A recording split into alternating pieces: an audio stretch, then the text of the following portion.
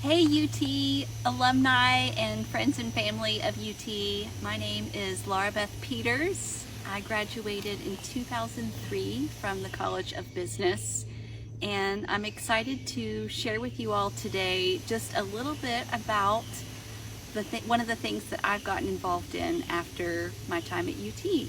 I am co-host of a podcast called the Steel Magnolias. I co-host it with my sister in Franklin, Tennessee, which is just south of Nashville.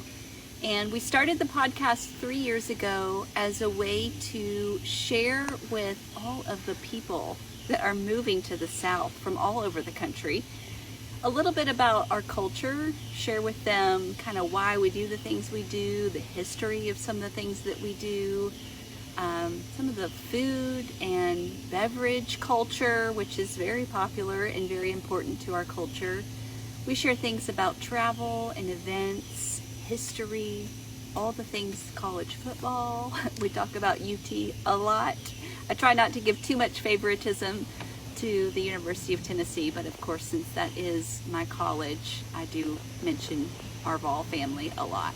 So I wanted to give you guys today a glimpse into one of the places that we've just recently visited, which is called Grinder's Switch Winery. And occasionally with the podcast, we go out, we do a little field trip. So if it's driving distance from the Nashville area, which a lot of great places are, we will go out and do a little field trip. And that's what we've done today.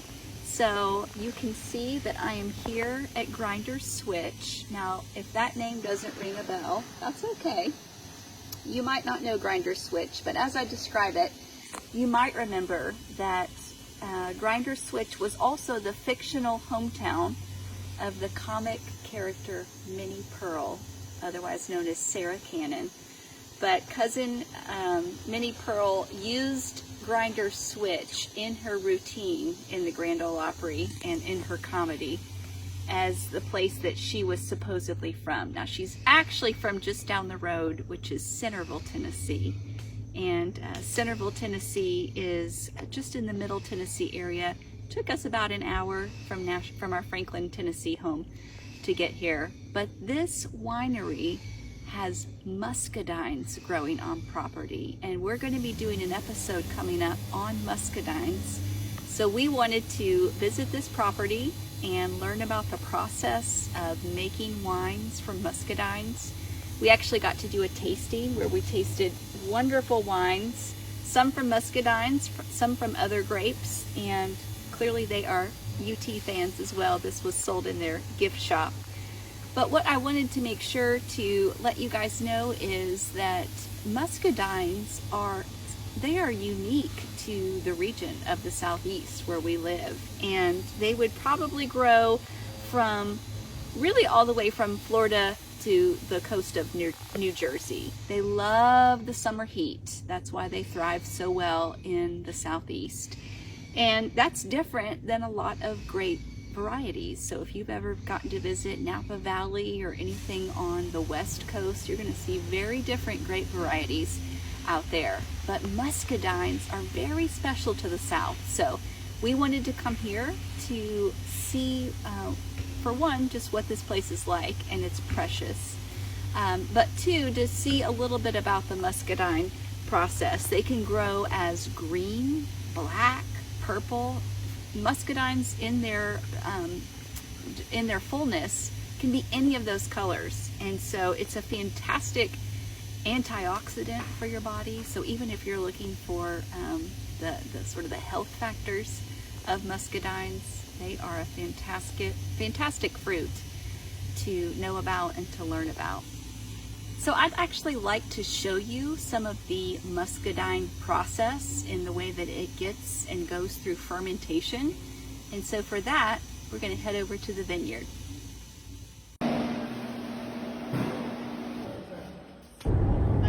So this is where the grapes, the muscadine grapes, after they're picked, would go into this machine and mushed down. I actually just stepped on a few muscadines here on the ground. There's some left over from harvest.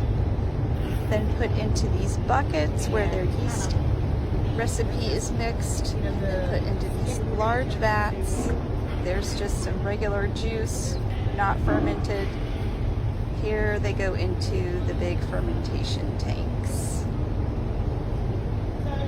Excited to be out here. If you do get to come to Grinder Switch in their actual winery location out here in Grinder Switch, they'll do a tasting for you for free, and you can learn about all the wines here. If you're closer to the Nashville area, they have a location where they're selling the wines and doing a tasting up that way as well.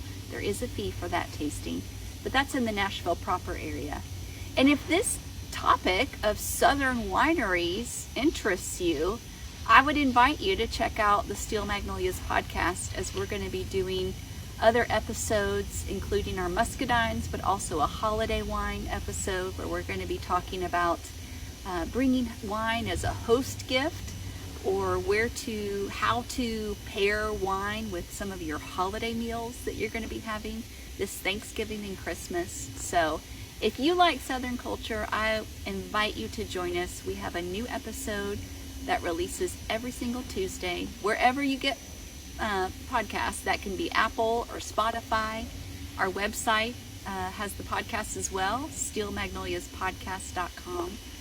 So I'm grateful for my time at Tennessee. I'm grateful for all of the business sense that I walked away from there, but I'm also grateful to get to introduce so many new people to the wonderful culture that we have here in the South. So with that, I leave you with, go Vols!